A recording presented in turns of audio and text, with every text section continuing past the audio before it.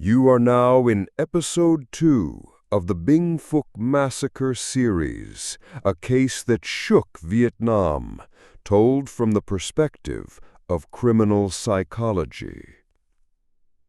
Episode 2: Tracing the Crime. The journey in which investigators followed every single trace and managed to capture Nguyen Hai Giang and his accomplices in less than 5 days. Morning of July 7th, 2015. Chon Thang Town, Bình Phước Province, inside the villa of Mr. Lê Văn My, a major timber businessman.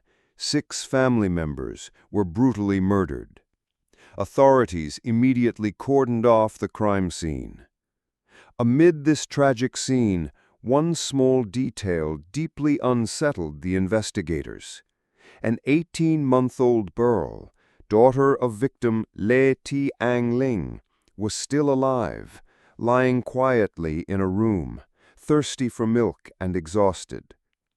The question arose, why could the killer murder an entire family, yet spare the child? Major General Hu Si-tien, then director of the Criminal Police Department, C-45, spoke a sentence that later became the key to the case.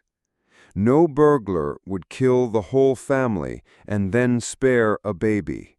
This shows it was not a simple robbery. Forensic work began that same morning. The perpetrators tried to erase their tracks, but a perfect crime exists only in imagination. Shoe prints. Many bloody footprints remained, size around 40-41. This indicated the perpetrator was male, of average build. Murder tools. Plastic cable ties, nylon gloves, common items, easily bought at the market. These were not randomly found at the scene, but had been prepared beforehand. Assets. A mobile phone was taken, but the safe and large sums of cash were untouched. This reinforced the conclusion that robbery was not the motive. The spared child. This was the golden detail, showing calculation, or at least some emotional connection between the perpetrator and the victim's family. Investigators concluded this was a premeditated crime tied to personal relationships. Who ever loved Mr. My's daughter? In every mass murder case, especially one with such cruelty yet sparing a child, the familiar question is always raised. Did anyone in this family ever have a personal relationship, a conflict, or a love affair with someone? The suspect list was quickly narrowed. Employees who had been dismissed, business partners with disputes, and especially those who had once loved Mr. My's daughter, Lê T. Ang Linh. One name soon emerged, Nguyen Hai Giang, 24 years old. He was An Ling's ex-boyfriend, had often entered the villa, once treated like family. But after the breakup, the relationship between Yang and her family gradually broke down. In the days following the crime, the funeral was held amid unbearable grief. Hundreds came to pay respects. Among them, Nguyen Hai Giang also appeared. He did not shy away. On the contrary, he acted too sorrowful, assisting with funeral arrangements, posting lamenting statuses on social media, such as, "I no longer have you." At first glance, this looked like a young man still in love, but to the seasoned eyes of investigators, it was an abnormal signal. Major General Hu Si-tien later recalled, "Those who truly grieve are often silent. Excessive weeping, overacting, sometimes that is performance." From that moment, Nguyen Hai Giang officially came under special surveillance. In the digital age, phones and mobile data often become silent witnesses. At the scene, an iPhone was missing. The technical team tracked its signal. The result, the phone appeared in Ho Chi Minh City, where Zung was renting a room. At the same time, Zung's call records were examined.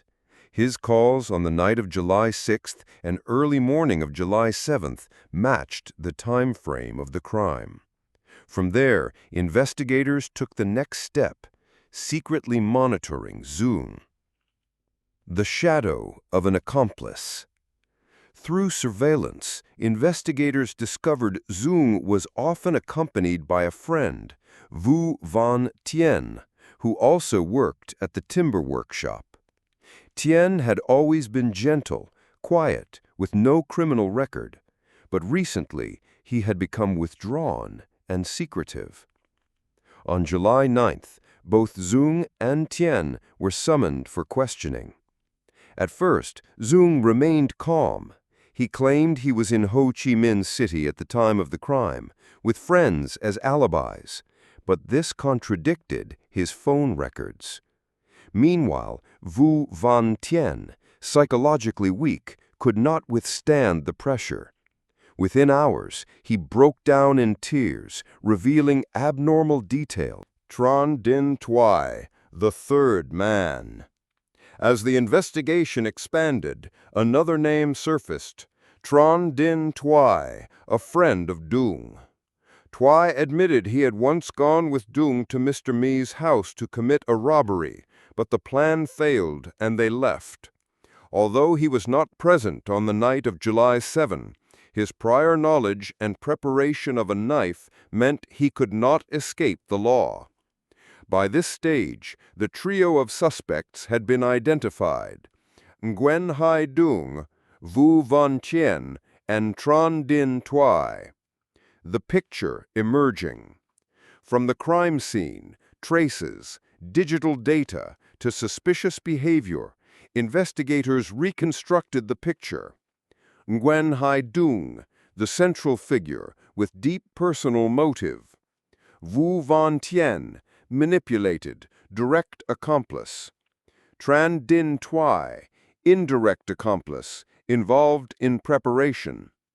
But at this stage, investigators only publicly stated, the suspects have preliminarily confessed to the crime, the motive is still being clarified.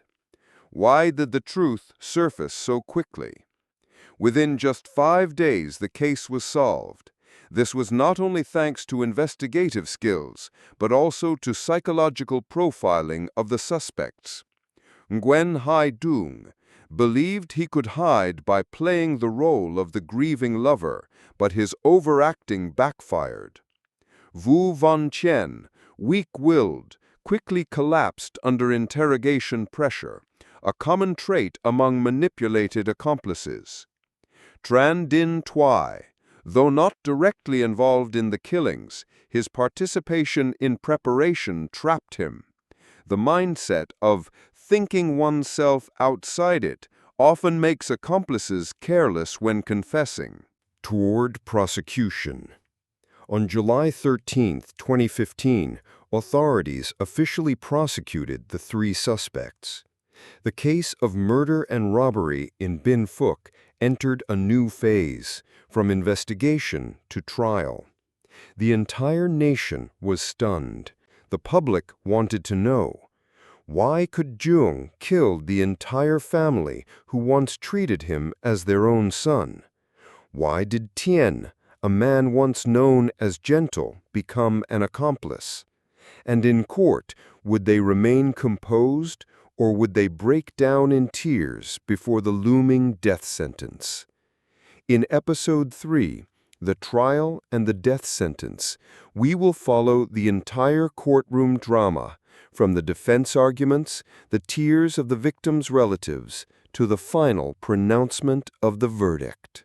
Toward prosecution.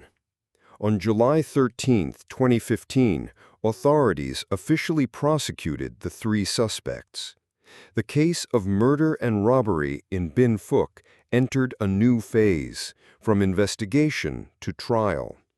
The entire nation was stunned. The public wanted to know, why could Dung kill the entire family who once treated him as their own son? Why did Tien, a man once known as gentle become an accomplice? And in court, would they remain composed, or would they break down in tears before the looming death sentence? In Episode 3, The Trial and the Death Sentence, we will follow the entire courtroom drama, from the defense arguments, the tears of the victims' relatives, to the final pronouncement of the verdict. The crime took place in the night, but when dawn broke, the darkness that seemed to hide everything began to fade, and sometimes the first clue does not come from the murder weapon, nor from the bloodstains, but from a gaze too sorrowful, right at the victim's own funeral.